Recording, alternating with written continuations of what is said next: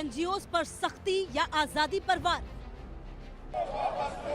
Minorities के खिलाफ अत्याचार बंद करो। विदेशी फंड पर पहरा या विकास की रफ्तार?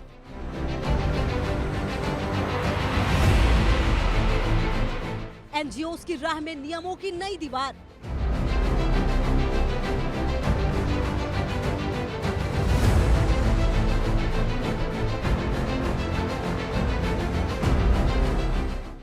पारदर्शिता का वादा या कंट्रोल की मार?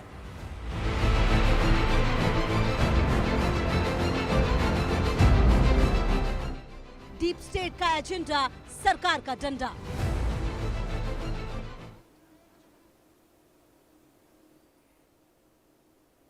तो चलिए शुरू करते हैं। आंकड़े हमारे, फैसला आपका। ऐप मतलब यह है कि आपकी एनजीओ में विदेश से जो भी पैसा आ रहा है उसका हिसाब अब साफ तौर पर आपको देना होगा। पाई पाई का हिसाब। कहीं गलत इस्तेमाल तो नहीं हो रहा है, आप उसका उपयोग कहीं और तो नहीं कर रहे हैं, इसलिए सरकार ने यह सख्त कदम उठा लिया है।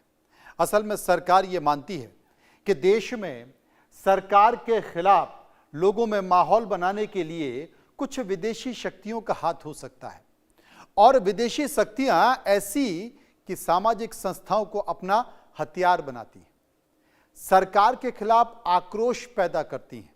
आपने बांग्लादेश में देखा होगा शेख हसीना का किस तरीके से तख्ता पलट हुआ।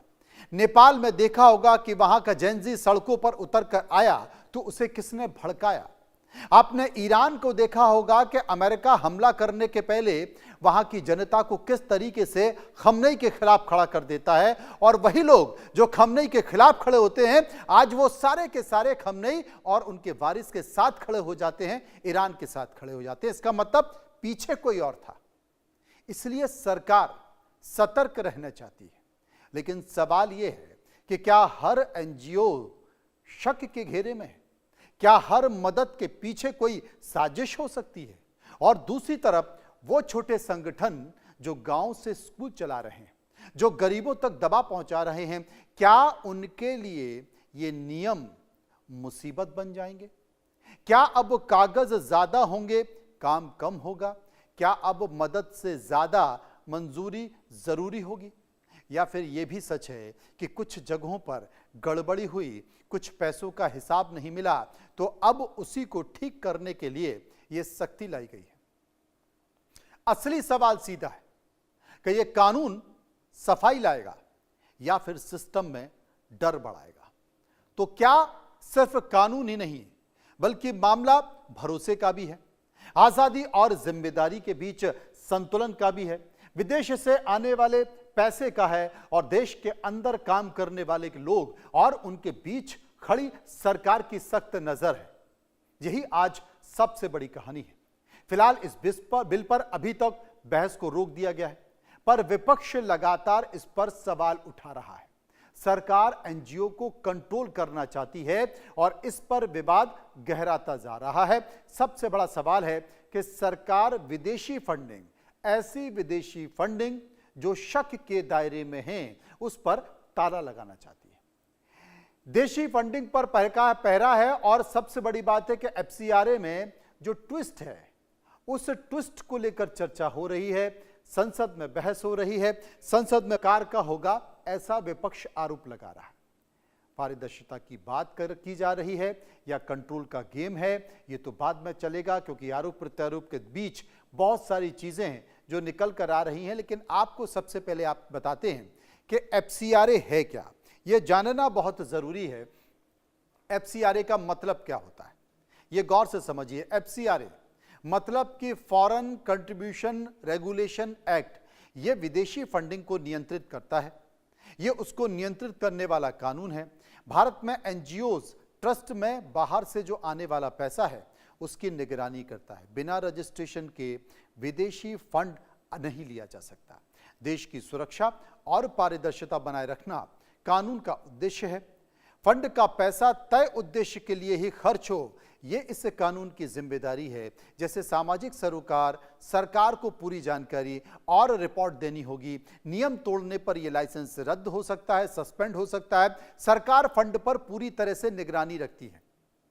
यह एफसीआरए और इससे जुड़ी हुई कई बारीकियां हैं। अब बवाल किस बात का है, बिल में ऐसे कौन से बदलाव किए गए हैं जो मैं आपको बताऊंगा, क्योंकि विदेशी अंशदान विनिमय संशोधन विधेयक 2026 यानी कि एफसीआरए पर घमासान मचा हुआ है। 25 मार्च 2026 को लोकसभा में इस बिल को पेश किया गया। इस बिल में अब सरकार ने कुछ बदलाव कर दिए हैं। क्या बदलाव किए हैं ये आप जान लीजिए। ये बदलाव किए हैं कि कोई भी सरकारी कर्मचारी अब विदेशी फंडिंग नहीं ले सकता। एनजीओ को लेकर जो सबसे बड़ी बात है कि एनजीओ से एनजीओ विदेशी फंड ट्रांसफर अब पूरी तरीके से सरकार ने बंद कर दिया है। इसके साथ साथ लाइसेंस खत्म होने पर फंड सरकार के नियंत्रण में अपने आप आ जाएगा। इसके अलावा और भी जो महत्वपूर्ण चीज सरकार ने तय कर रखी है वो और भी ज्यादा महत्वपूर्ण है, क्योंकि सरकार जब किसी की जांच करेगी, सरकार जब कोई सवाल उठाएगी और सरकार लाइसेंस सस्पेंड कर देगी तो आपका फंड पूरा सरकार के पास चला जाएगा। सभी पदाधिकारियों के लिए आधार, विदेशियों के लिए पासपोर्ट जरूरी, यानी कि जितने भी चाहे वो ट्रस्ट हो या फिर एनजीओ हो उनके लिए आधार कार्ड कंपलसरी कर दिया गया है। एनजीओ को सिर्फ एसबीआई दिल्ली की शाखा में एफसीआरए अकाउंट खोलना पड़ेगा। एसबीआई दिल्ली की शाखा में कम से कम निगरानी की जा सके।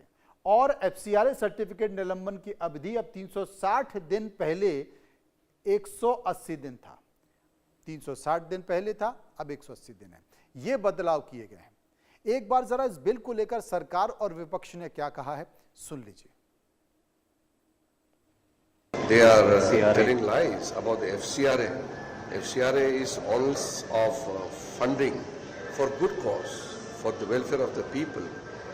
We want to check any funds which are being misused for anti-national, for radical organizations, for those people who do all kind of illegal things against the national interest. Only to that extent we are taking action. But all the good NGOs, especially the Christian missionaries, nothing to worry. The Christian missionaries are doing great job and we will protect them.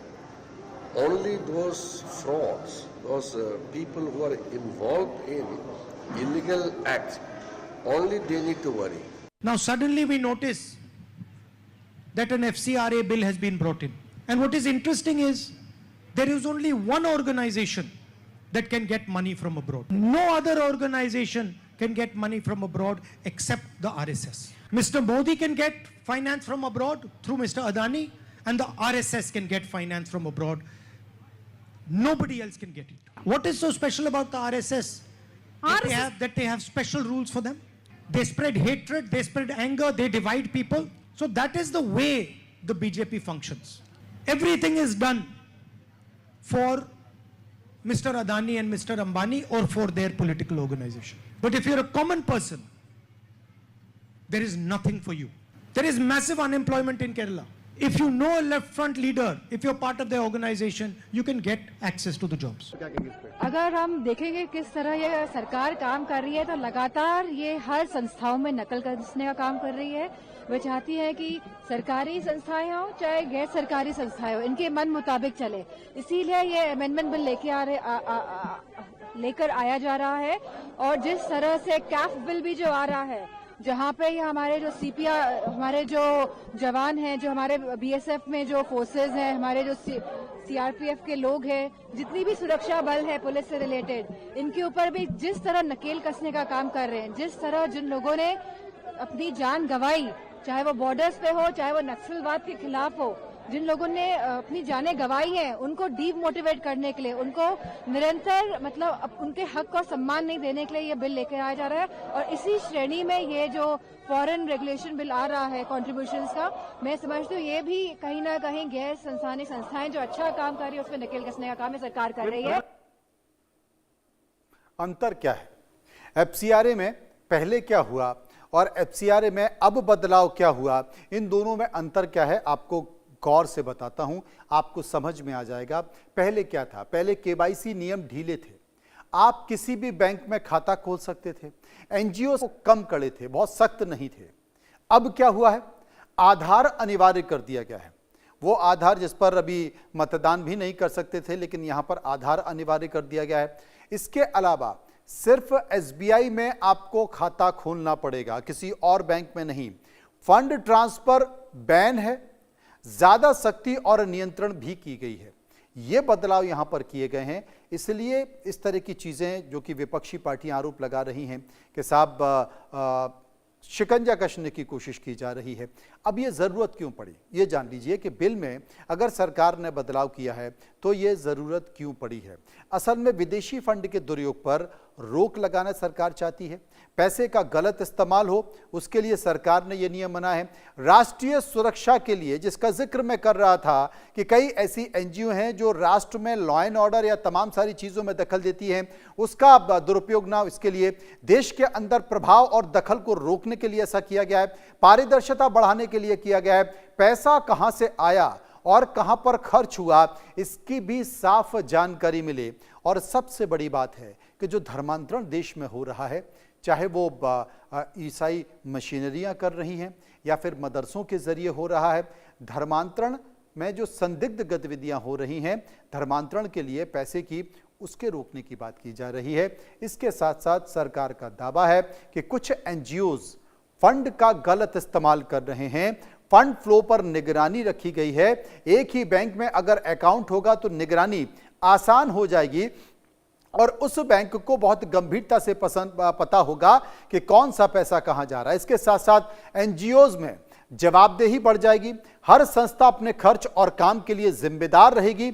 और सबसे बड़ी बात है कि जो NGOs के लोग हैं उनमें भी कम से कम एक डर रहेगा कि कहीं वो गलत काम तो नहीं कर रहे हैं, क्योंकि सरकार देख रही है। अब इसका जो विरोध है वो इसलिए भी हो रहा है, उसके पीछे के तमाम कारण है वो भी मैं आपको बता देना चाहता हूं। एनजीओज की आजादी पर असर पड़ेगा, इसलिए विरोध किया जा रहा है। इससे एनजीओज पर सरकार का कंट्रोल बढ़ जाएगा, दखल बढ़ जाएगा। सरकार आसानी से एनजीओज और उसके पदाधिकारियों को प्रभावित कर सकती है। छोटे एनजीओज को नुकसान होगा। छोटे संगठनों के लिए नियम मानना बहुत मुश्किल हो जाता है। फंडिंग में दिक्कत होगी। एनजीओ से एनजीओ फंड ट्रांसफर बंद हो सकता है तो फिर काम भी रुक सकता है।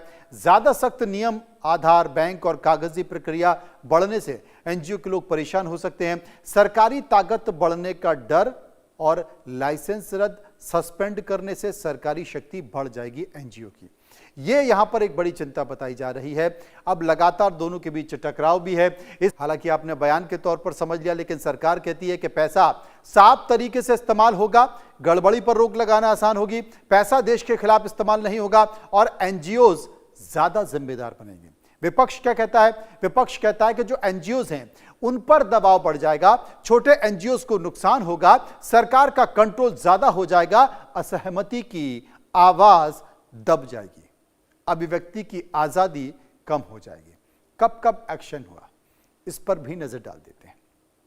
मैं इसलिए कह रहा हूं क्योंकि हाल के दिनों में कांग्रेस के एक बड़े नेता के परिवार की जो सदस्य हैं उनकी एनजीओज को भी ऐसी फंडिंग रोकी गई है, उनका लाइसेंस सस्पेंड किया गया है। एक नजर डाल देते हैं जिन पर एनजीओज में विदेशी फंडिंग को लेकर सरकार ने जो एक्शन किया है, सख्त कार्रवाई हुई है।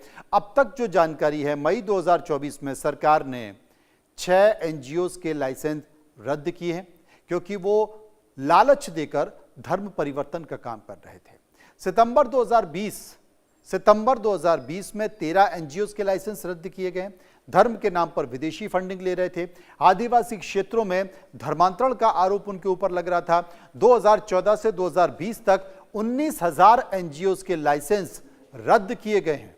राष्ट्रीय हितों की वजह से एक्शन हुआ है, आर्थिक सुरक्षा को लेकर यह एक्शन किया गया है और सरकार यह मानती है कि धर्मांतरण में बड़े तौर पर सुदूर इलाकों में एनजीओज हैं, वो ऐसा काम कर रहे हैं, तो शायद इस पर सख्ती होगी। अब यह भी जान लीजिए कि कब कब बदलाव किए गए। एफसीआरए में भी इससे पहले भी बदलाव हुए हैं, वो कब कब किए गए मैं आपको बता दूं। एफसीआर में विदेश से फंड लेने के नियम तय हैं। 2016 में, 2018 में एफसीआरए में बदलाव किए गए हैं। एफसीआरए में 16,000 एनजीओज आते हैं। संगठनों को सालाना करीब 20,000 करोड़ की फंडिंग मिलती है। अब 2019 से 2022 के दौरान कितना पैसा विदेशी से मिला होगा, आप कल्पना कीजिए। 56,000 करोड़ के आसपास विदेशी पैसा मिला, विदेश से पैसा आया एनजीओ में 56,000 करोड़।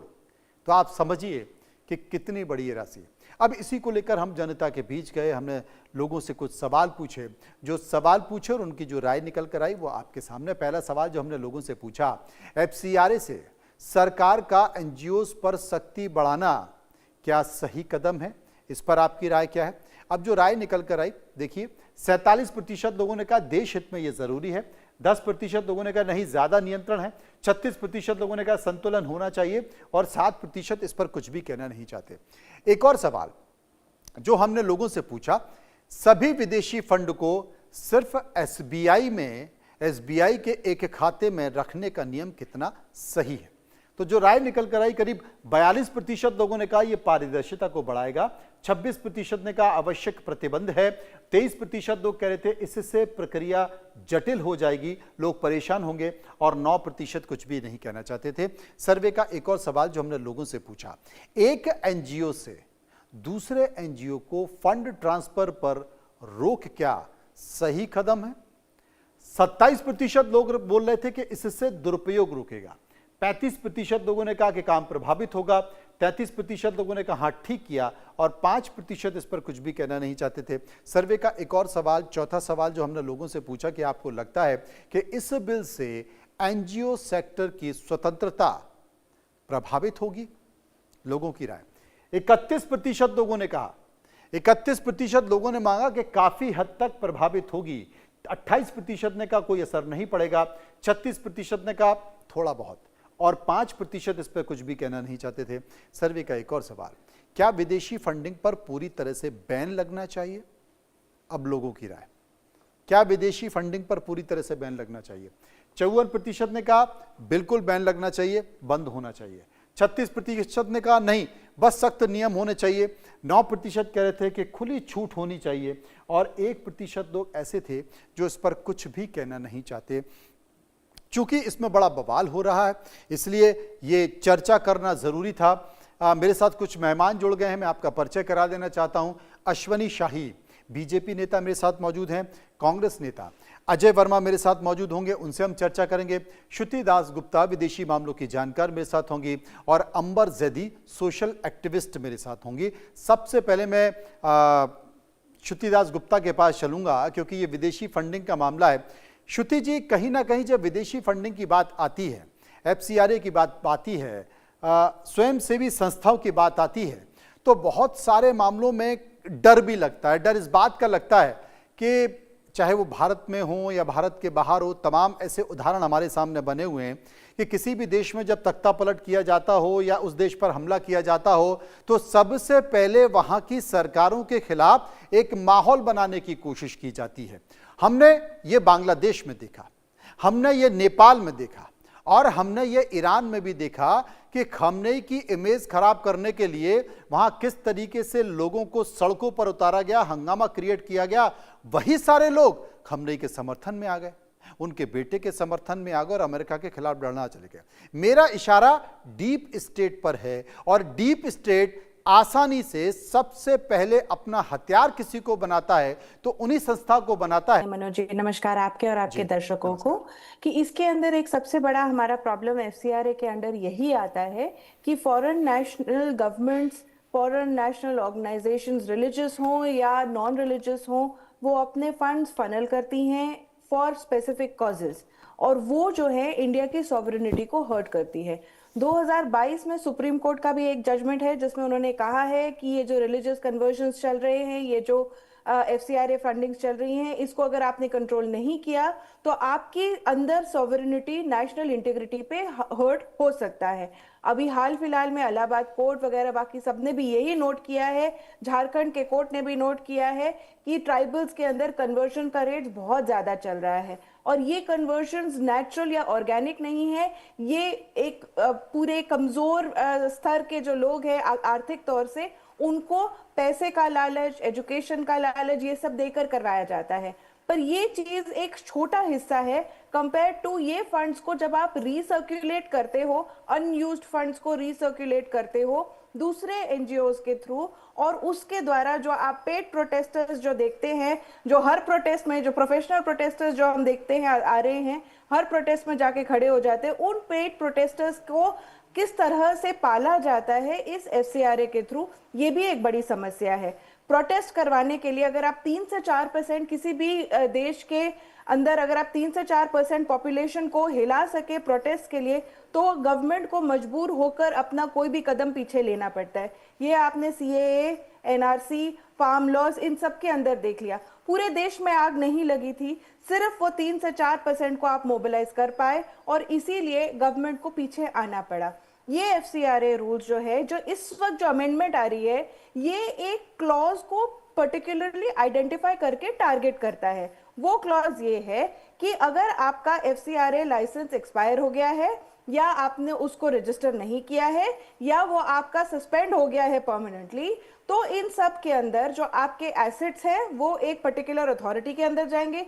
इससे पहले ये वेस्टमेंट ऑफ अथॉरिटी जो थी, ये आपके स्टेट प्रिंसिपल होम सेक्रेटरी के थ्रू जाती थी, अब वो सेंट्रलाइज होने लग गई है, जिससे सेंट्रल गवर्नमेंट की नजर रखे कि वहां पे जो पैसा आ रहा है वो किस तरह से अब यूटिलाइज होगा जब वो ऑलरेडी सस्पेंडेड मोड में है।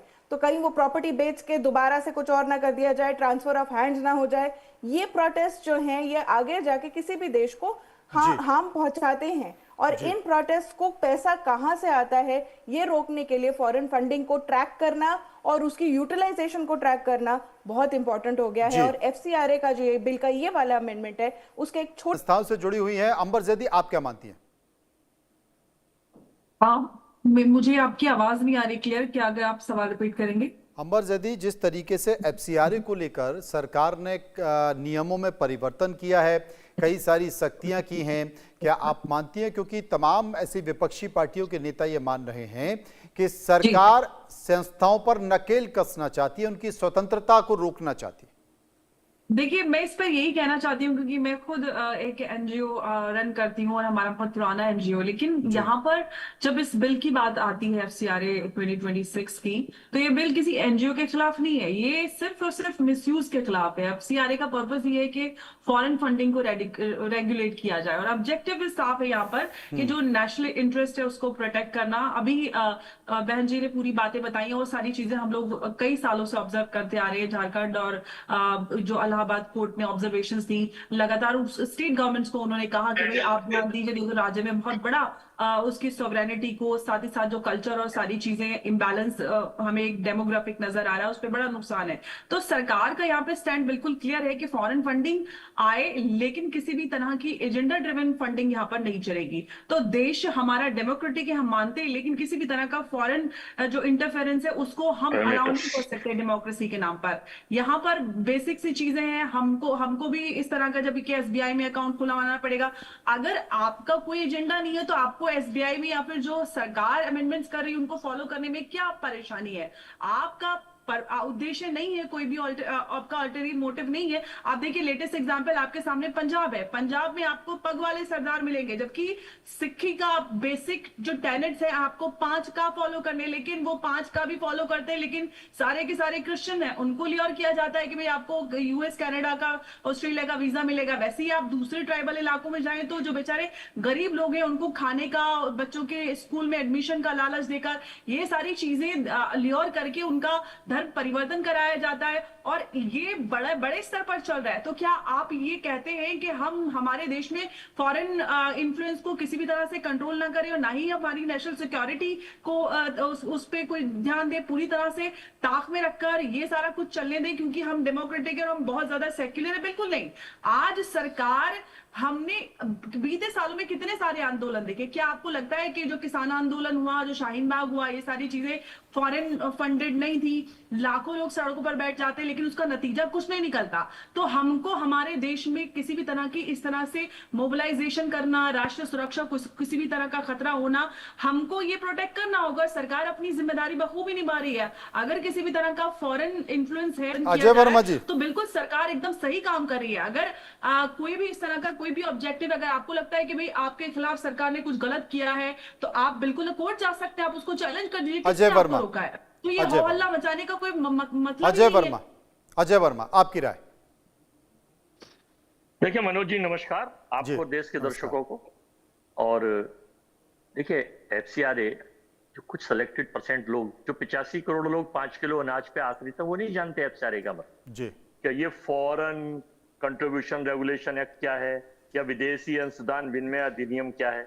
इसका सीधा सीधा सा फंडा है, उन लोगों को भी पता चले कि जो विदेशी चंदा एक भारतीय कानून है, विदेशी चंदा फंडिंग प्राप्त करने वाले गैर सरकारी संगठनों, एनजीओ, ट्रस्टों और संघों की गतिविधियों को नियंत्रित करता है।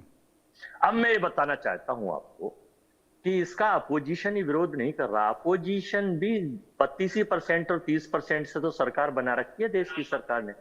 देश के 68% लोग इसका विरोध कर रहे हैं, वो एनजीओ चाहे सरकार के पक्ष के हों या गैर सरकार के पक्ष के हों, वो ट्रस्ट इसका कर रहे हैं। मैं पूछना चाहता हूं सरकार से कि अगर एनजीओ में भ्रष्टाचार था तो 2014 से लेकर आपने जो 5 सवाल पूछे वो तो अलग थे पब्लिक के, उसमें मैं भी पूछना चाहता हूं, आप भी पूछ सकते हैं कि 2014 से लेकर 2026 आ गया है, 3 टर्म इनकी सरकार होने जा रही है, अब तक कितनी जो एनजीओ में भ्रष्टाचार थे, कितने भ्रष्टाचारियों के खिलाफ कार्य हुआ। चूंकि यहाँ ऑपरेशन M8 मैं आपको फिर बोल रहा हूं, ऑपरेशन M8 यानी M means number 1, A means number 2 और जो लोटस है उसका नाम सुधर के एमिटस हो गया है। ऑपरेशन एमिटस के तहत जितने भी भ्रष्टाचारी देश में हैं, चाहे वो मामा शिवराज सिंह रहे हों, शुभेंदु अधिकारी रहे हों, आसाम के मुख्यमंत्री हेमंत विश्व शर्मा रहे हों, आदर्श घोटाले के चव्हाण साहब रहे हों, रमन सिंह साहब रहे हों, और जितने लोग हैं, तो मैन फिगर बता रहा हूं, वो सब मोदी नामक क्लीनिंग मशीन में आ जाते हैं, धुलकर साफ होके ईडी सीबीआई पोर्टल से भी नाम हो जाता है, भ्रष्टाचार से गायब हो जाते हैं, वो शुद्ध हो जाते हैं, संत हो जाते हैं। मैं तीसरा ये पूछना चाहता हूं कि अगर ऐसी कोई चीजें हैं तो देश की सरकार ने पीएम केयर फंड की जानकारी के लिए क्यों रोक लगा दिया? 2 पीएम केयर फंड क्यों बना लिए? उसमें क्या पता नहीं चलेगा कितना पैसा कहां से आया, चाइना से लिया, अमेरिका से लिया, क्या लिया? लेकिन नहीं बताएंगे, क्योंकि भाजपा की शेल कंपनी मुखौटे चेहरे केवल अपोजिशन को चिन्हित करने का काम करके, हमें कोई ऐतराज नहीं है एनजीओ का नियम बदल दें, कानून बदल दें, लेकिन कितने कानून बदले, उनका किस तरह से मिसयूज किया जा रहा है। नोटबंदी जब जारी हुई थी तो उससे पहले ये जो 650 कार्यालय और चीजें बनी है, सब लोग पब्लिक में ग्रीवेंस में, टीवी चैनल मुझे नहीं पता क्यों नहीं कह पाते हैं, लेकिन जितने प्लेटफॉर्म है सोशल मीडिया के, क्या क्या कर रहे हैं। एपिस्टन फाइल पे वो चर्चा करते हैं, खरात एक वो है, खरात पे वो चर्चा करते हैं, प्रज्वल लेवेन्ना पे वो चर्चा करते हैं, लेकिन देश के चैनल पता नहीं क्यों नहीं करते हैं। अश्वनी जी, अजय जी का काम है कि भाई आपके ऊपर जितने भी भ्रष्टाचार के मामले, अच्छा अभी बात नहीं हुई मनोज जी फाइनल फाइनल, अच्छा फाइनल, सेमीफाइनल चल रहा था, ठीक है। 10 सेकंड और बोलूंगा कि देश की सरकार अपना एजेंडा चलाने के लिए उन छोटे लोगों को, केवल 1% लोगों को फायदा देने के लिए, अपने मित्रों को सबको दिलाने के लिए, ताकि उनको वो चंदा मिले, गरीब आदमी और गरीब हो जाए और अमीर हो जाए, ये इसका टारगेट है सरकार का। यही बताने के लिए आपको अश्वनी जी, देश के 68% लोग कह रहे हैं। अश्वनी जी, हिंदुस्तान में रहने वाला हर व्यक्ति अगर हिंदुस्तान के, अपने देश के बारे में, देश प्रथम के बारे में सोच रहा होगा तो वो जरूर चाहेगा कि बाहर से कोई फंड आ रहा हो या गैर कानूनी गतिविधियां हो, उस पर सरकार का शिकंजा हो। सरकार यही तो चाहती है कि जो आए उस पर पारदर्शिता हो। पारदर्शिता के लिए चाहे एसबीआई का अकाउंट हो या उनका रिटर्न दाखिल करना हो। पहले के लोग रिटर्न भी दाखिल नहीं किया करते थे। अंबर जी बैठी हैं, अंबर जी स्वयं एनजीओ चलाती हैं, उनको कोई दिक्कत नहीं है। दिक्कत किसको है? सोरेश चचा के पैसे पर पलने वाले कुछ लोग हैं हिंदुस्तान में, जबकि सोरेश कहते हैं कि हम हिंदुस्तान की सरकार गिरा देंगे, और उनके पेड नौकर तो हिंदुस्तान में हैं, उनकी संस्था में वाइस चेयरमैन, वाइस प्रेसिडेंट के पद पर लोग हैं। इन लोगों को दिक्कत हो रही है और ये लोग प्रोटेस्ट मार्च निकाल रहे हैं कि विदेश से पैसा ले आकर हिंदुस्तान में धर्मांतरण कराएंगे, सरकार के खिलाफ जो है देश विरोधी गतिविधियां करने वालों को फंड देंगे, विकास परियोजनाओं को हम बाधित करेंगे, जिसमें जो सरदार सरोवर की परियोजना वो प्रमुख रूप से उदाहरण है, और एक दूसरा था कुंदनकुलम न्यूक्लियर पावर प्लांट। इसमें कितना आगे इसको जो है रोकने का काम किया गया। ये सारा पैसा मनोज जी वहीं से आया है, विदेशों से ही आया है, और वही उन्हीं लोगों को कष्ट हो रहा है। अभी सीबीआई ने 2022 में 10 एनजीओ को अपने रडार पर लिया, उसकी जांच शुरू की थी। वो क्यों जाना पड़ा? अगर गलत ना होता तो क्यों जाना पड़ता? उनमें से एक जो लाइसेंस एफसीआरए का जो एक लाइसेंस कैंसिल हुआ है वो तो कांग्रेस के नेता मणिशंकर अय्यर की बेटी का ही हुआ है। जी, और भी कंपनियों पर, एनजीओ पर कार्रवाई हुई है। ग्रीन पीस इंडिया है, उस पर कार्रवाई हुई है। सवरंग ट्रस्ट पर कार्रवाई हुई है। कैप्सन ईस्ट इंडिया पर कार्रवाई हुई है। ओडिमा ओमिड यार पर वो हुई है। जलवायु वाला एक है, उस पर कार्रवाई हुई। तो न्यूज क्लिक पे भी हुई है, जो चाइना से फंडिंग का कुछ आरोप लगा था उसके ऊपर। जी। तो वो तो है, लेकिन अब सिर्फ सरकार ये, आप बताइए, हिंदुस्तान हमारा देश है और हिंदुस्तान में अगर बाहर से कोई गतिविधियां गलत हो रही हैं तो क्या सरकार नियंत्रण भी नहीं रह सकती है? कांग्रेस कहना क्या चाह रही है? आपने देश को बेचने का ठेका ले रखा है क्या? ये सिर्फ कांग्रेस के देखिए, अभी इनके महासचिव जी आज प्रदर्शन करते हुए दिखे हैं। और वही केरल के लोग, केरल में सबसे ज्यादा धर्मांतरण हो रहा है, सबसे ज्यादा जो फंडिंग हो रही है, ये लोग उसी लिए केरल में विरोध कर रहे हैं। इन लोगों का विरोध देश हित में नहीं हो सकता, क्योंकि इनके जो नेता हैं, अजय वर्मा जी के जो नेता हैं राहुल जी, वो देश विरोधी बयान देते रहते हैं, देश विरोधी काम करते रहते हैं। श्रुति जी, मैं आपके पास आऊंगा, लेकिन अजय जी थोड़े बेचैन हैं, एक बार उनको चैन से सुन लेते हैं हम लोग। हाँ, बेचैन रहेंगे मनोज जी, बेचैन रहेंगे वो लोग। नहीं, इसलिए हम चैन से सुनना चाहते हैं, बताइए मनोज जी, क्योंकि हमको चैन से सुना भी है। हाँ। जो कुख्यात जेफरी एपिस्टन सेक्स अपराधी, और जो अभी अशोक खैरात पकड़ा गया है, देखिए किस तरह से ये लोग शर्मसार करते हैं, देश को नंगा करते हैं, देश को। उस कंप्रोमाइज हो गया ट्रंप के यहाँ जाके, भाई मैं बीच में नहीं बोला था, कंप्रोमाइज हो गया, सरेंडर हो गया जाके ट्रंप के आगे, जैसे डैडी कहेंगे वैसे करेंगे। तो ये वहां के उनके सरेंडर और कंप्रोमाइज लोग, अपनी इनकी कोई से वॉइस नहीं है। देश पर 2,55,000 का कर्जा हो गया, प्रति व्यक्ति आय घट गई, प्रति व्यक्ति कर्जा कम से कम ये समझ लीजिए कि 4,80,000 रुपए प्रति व्यक्ति कर्ज में आज बच्चा पैदा हो रहा है। और ये जॉर्ज सोरोस इनका रिश्तेदार है, ये इसके साथ ये नाम पाकिस्तान इनका एजेंडा है, और इनके सारे भ्रष्टाचारी दूध से धुले हो जाते हैं। और ये नहीं बताते कि 650 कार्यालय कहां से आए, लेकिन ये भाषण, ये झूठ, एक सड़ी गली किताब, ये कहानी, ये विपक्ष को केवल आरोपित करने का काम करेंगे। हरदीप पुरी साहब की बेटी पर जो अरबों खरबों रुपए आए, पूरे सोशल मीडिया में है, उसके बारे में भी जरा बता दें कि उस बेटी के पास कहां से आए थे वो पैसे, क्या था वो एपिस्टन से क्या रिश्ते थे, कैसे कैसे मंत्री बनाए गए हैं। सुब्रमण्यम स्वामी क्या कह रहे हैं, मधु किश्वर क्या कह रही है, इस पे मेरी कोई बहन बोलने को तैयार नहीं है, ना कोई चैनल उस पर चर्चा करता है कि मधु किशोर का इंटरव्यू दिखा दे, सुब्रमण्यम स्वामी का दिखा दे। सोशल मीडिया हाँ दिखा रही है, क्योंकि देश के राजा के खिलाफ बातें हो रही है, देश के राजा के चरित्र पर सवाल उठाए जा रहे हैं, देश के राजा के गुणगान किए जा रहे हैं, उस पर चर्चा। क्योंकि डर तो सबको लगता है ना, ईडी, सीबीआई, इनकम टैक्स का। अच्छा, वो लोग जो भाजपा के शेल कंपनी मुकोटेश्वरी प्रवक्ता, उनको नौकरी का खतरा है, वो उठाएंगे और उनकी नौकरी चली जाएगी। जो भाजपा में एंट्री चाहते हैं, उससे सहयोगी हैं, सरकार से समर्थन लेते हैं, उनको वैसे खतरा है। तो हम ये चाहते हैं कि अरेस्ट करिए, बंद करिए, जेल भेजिए, जो देशद्रोही हैं उन्हें बंद करिए, लेकिन एजेंडा मत चलाइए, देश का एजेंडा मत चलाइए। श्रुति जी मेरे पास मौजूद है।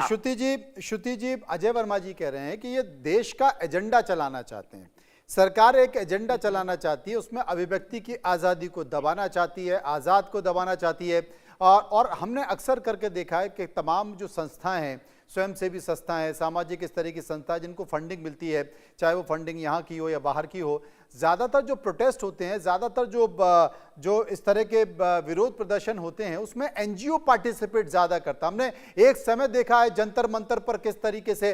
अब देखिए अजय वर्मा साहब, आपने तो ध्यान नहीं दिया, अन्ना आंदोलन जिस भ्रष्टाचार के मुद्दे पर हुआ, उसी आंदोलन से निकले हुए कुछ नायक जो कि लग रहा था कि देश बदल देंगे, वो खुद भ्रष्टाचार में लिप्त हो गए। तो मैं तो ये मानता हूं कि उस आंदोलन में भी कोई ना कोई डीप राइट लेफ्ट स्टेट छुपा होगा। आपने ध्यान नहीं दिया, आपने ध्यान नहीं दिया। हो सकता है कि वर्तमान सरकार इस बात को लेकर ध्यान देना चाह रही हो, तब ध्यान देना चाह रही हो जब आपके पड़ोस बांग्लादेश में लगातार घटनाएं घट रही हैं। वो आपका दुश्मन हो गया। श्रीलंका की नजरें अच्छी नहीं है, नेपाल से भी आपके खिलाफ संकेत आ रहे हैं। तो विदेशी लोग आपकी तरक्की से कहीं जन तो नहीं रहे, आपके देश में कुछ प्लान तो नहीं कर रहे। धर्मांतरण के उदाहरण हमारे सामने बने हुए। श्रुति जी, मुझे लगता है कि तमाम सारी परिस्थितियां हैं, इसलिए सतर्क होना जरूरी है कि अगर विदेशी फंडिंग आ रही है तो थोड़ा उसकी मॉनिटरिंग सख्त कर ली जाए। जी बिल्कुल सही कहा। और मतलब हम तो सब कन्वर्जन की बातें कर रहे हैं, धर्मांतरण की बातें कर रहे हैं, पर आपको सुन के ये हैरानी होगी कि 80% के करीब तो लाइसेंसेस इसलिए रद्द हुए हैं क्योंकि वो अपना इनकम टैक्स नहीं फाइल करना चाह रहे होते हैं, वो आपका आधार कार्ड नहीं देना चाह रहे होते हैं, वो अपनी प्रूफ ऑफ आइडेंटिटी नहीं देना चाह रहे होते हैं, वो अपनी बैंकिंग आपके जो डॉक्यूमेंट्स है वो नहीं देना चाह रहे होते हैं। तो इन सब के चलते जो है इन 70 से 80% तो इनके जो लाइसेंस जब्त हुए हैं इसलिए हुए हैं क्योंकि ये इकोनॉमिक जो है फ्रॉड अगर आप कर रहे हैं, जो आपके पिछले अमेंडमेंट के बाद जो है आप 2020 के अमेंडमेंट के बाद जो इकोनॉमिक फ्रॉड अगर आप कर रहे हैं तो आपके रोके जा रहे हैं ये सारी चीजें, आपको लाइसेंस रिन्यू नहीं कर रहा है, आपका सीज कर दिया जा रहा है लाइसेंस, ये सब चीजें हो रही हैं। तो इस सब के अंदर आपका जो 70 से 80% तो इसलिए नहीं उनको लाइसेंस मिल रहे हैं, इसलिए उनको सस्पेंड किया जा रहा है या उसलिए कैंसिल किया जा रहा है। जो सस्पेंड किए गए हैं अगर वो अपना 180 डेज के अंदर अपना दोबारा से डालते हैं, अपने सारे पेपर्स फाइल करते हैं, तो उनको दोबारा चालू करके काम करने की भी अनुमति मिल जाती है। तो कन्वर्जन एक बहुत छोटा हिस्सा है 10% के बराबर। ज्यादातर लाइसेंसेस जो जब्त हो रहे हैं वो इकोनॉमिक फ्रॉड जो किया जा रहा है एनजीओस के नाम के अंदर, वो उसकी वजह से उसको रोकने के लिए किया जा रहा है। अब अगर इसमें देखा जा रहा है, इसके अंदर आप एप्स्टीन का लेफ्ट टर्न घुमा रहे हैं, इसके अंदर आप बाकी सब पूरी साहब की बेटी और ये सब लेकर आप बात करना चाह रहे हैं, ये अलग कॉन्वर्सेशन है। इसके अंदर जो मेरे हिसाब से ऑपोजिशन को मांगना चाहिए वो ये है कि जो आप एक्सटर्नल अथॉरिटी बिठा रहे हैं, वेस्टेड अथॉरिटी बिठा रहे हैं, जो सीज्ड प्रॉपर्टीज जो होंगी उनको फिर आगे गवर्न करेगी, वो फिलहाल आपके सेंट्रल गवर्नमेंट के अंदर आने वाली है इस अमेंडमेंट के थ्रू। उसके ऊपर एक ओवरसाइट कमेटी अगर मांग लेगी तो सबके जो शंकाएं हैं वो दूर हो जाएंगी। लेकिन वो ये ओवरसाइट कमेटी मांगने की बजाय इसको वापस लेने का जोर दे रहे हैं, प्रोटेस्ट कर रहे हैं। क्यों? क्योंकि उनको भी पता है ये जो पैसा आ रहा है वो नेपाल के अंदर भी इसी तरह से यूज किया गया, वो आपके वेस्ट बंगाल के नेबर जो हैं बांग्लादेश, उसके अंदर तो वो शेख हसीना चिल्लाती रहेगी कि पैसा बाहर से आ रहा है, मेरे देश को काट के क्रिश्चियन नेशन बनाने की कोशिश की जा रही है, उसके लिए बोलता रहे। इसी जो आपके आंदोलन के चलते श्रीलंका ऑलमोस्ट हमारे विपरीत चला गया था, बड़ी मुश्किल से उसको चाइना के ग्रिप से उठा के वापस फ्रेंडली नेशन बनाया गया है। तो ये जो फॉरेन फंडिंग है इसको देखा अगर नहीं जाएगा और इसके अंदर होता हुआ इकोनॉमिक फ्रॉड को आप नहीं एड्रेस करेंगे तो किसी भी एनजीओ के ऊपर आपको डाउट ही हमेशा पैदा होता रहेगा। बिल्कुल होता रहेगा। और मैंने देखा है, अंबर जैदी मेरे साथ मौजूद हैं। अंबर जैदी, मैंने देखा है कि बहुत सारे ऐसे एनजीओ हैं। श्रुति जी से एक सवाल प्लीज, उसके बाद अंबर जी हमारी बहन है, बोले कर लीजिए। देखिए विदेशी मामलों की समय आना चाहिए अजय भाई। विदेशी मामलों की जानकार हैं अश्विनी जी, विदेशी मामलों की जानकार हैं, अच्छी बात है, लेकिन हमारा देश तो विश्व गुरु है, तीसरी बड़ी अर्थव्यवस्था है, हम 56 इंची हैं। हमारी देश की तुलना बांग्लादेश, पाकिस्तान, श्रीलंका से क्यों होती है? चाइना, अमेरिका, ब्रिटेन, रशिया, इनसे क्यों नहीं कर रही है? ये हमारे नेबरिंग नेशंस हैं, हमारे नेबरिंग नेशंस जब आग लगती है उसकी रपट में हमारे देश श्रुति जी इसको समझ नहीं पा रहे हैं। देखिए देश की सरकार की समझना नहीं चाह रहे हैं, समझना नहीं चाह रहे हैं। समझ में सब आता है लेकिन समझना नहीं चाहते हैं। नहीं बोल रही हूँ, मैंने आपको इनफैक्ट एक ऑपोजिशन के लिए एग्जैक्ट पॉइंट दिया है। प्रधानमंत्री जी की तौहीन कर रही है आप, छोटे देशों से। अजय जी, श्रुति जी को कोई चुनाव नहीं लड़ना है, श्रुति जी को कोई चुनाव नहीं लड़ना है, श्रुति जी को कोई किसी राजनीतिक पार्टी का टिकट नहीं चाहिए, वो अपने एक्सपीरियंस के आधार पर ये बोल रही हैं। अंबर जैदी मेरे साथ मौजूद है। अंबर जी, मैं ऐसे बहुत से लोगों को जानता हूं जो इस तरह की सामाजिक संस्थाएं चलाते हैं, जो सुदूर इलाकों में, आदिवासी इलाकों में काम करते हैं, ग्रामीण इलाकों में काम करते हैं, पिछड़े इलाकों में काम करते हैं। और यकीन मानिए कि कई सालों में उन्होंने इतने बड़े बड़े अपने अंबार खड़े कर दिए, इतनी बड़ी कोठियां खड़ी कर दी, इतनी गाड़ियां खड़ी कर दी, विदेशों से फंडिंग उनके पास आती है, वो दिखाते कुछ है और होता कुछ है। इसलिए मुझे लगता है कि निगरानी भी जरूरी है ना। जो पैसा जिसके लिए आ रहा है वाकई वो खर्च हो रहा है या नहीं हो रहा? के ऊपर सवाल नहीं पूछा। भाई साहब बोलने दीजिए बहन को भी, ये सारा समय मेरे समय पे आप बोलेंगे। 600 कार्यालय अजय वर्मा जी उसके बारे में सवाल नहीं पूछा गया।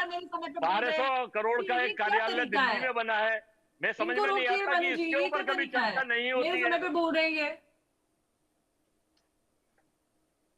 भाई साहब आप कृपया बोलने दीजिए, मेरा समय है। देखिए ये आपने बहुत जबरदस्त सवाल उठाया। मैं कहीं पे भी जाती हूँ तो मुझसे लोग पूछते हैं कि अच्छा आपके पास कितने पैसे हैं, कितने 100 करोड़ है। पैसे नहीं, कितने 100 करोड़ है। मैं क्या, मेरे पास तो 2 करोड़ भी नहीं है। अरे आप एनजीओ चलाती हैं, आपके पास पैसा नहीं है, आपके पास तो बहुत पैसा होना चाहिए। ये परसेप्शन लोगों के बीच में है। जो लोग जेन्युइन काम करते हैं उनको भी ये लगता है, उनको लेकर भी लोगों को लगता है कि ये लोग पैसा कमा रहे हैं, मनी लॉन्ड्रिंग करेंगे, और बड़े स्तर पर ये सारे काम हो रहे हैं। अगर भारत जो है इन सारी चीजों को रेगुलेट करना चाहता है, सारे जो ग्लोबल फाइनेंशियल डिसिप्लिन है उसको फॉलो कर रहा है, तो ये रिफॉर्म है, ट्रांसफॉर्मेशन है। आप लोगों को दिक्कत क्या है? क्या अमेरिका में, यूके में, दुनिया के किसी देश में ये सारी चीजें रेगुलेट नहीं होती? इंडिया कर रहा है तो प्रॉब्लम क्यों हो रही है? भाई साहब आप ये बताइए।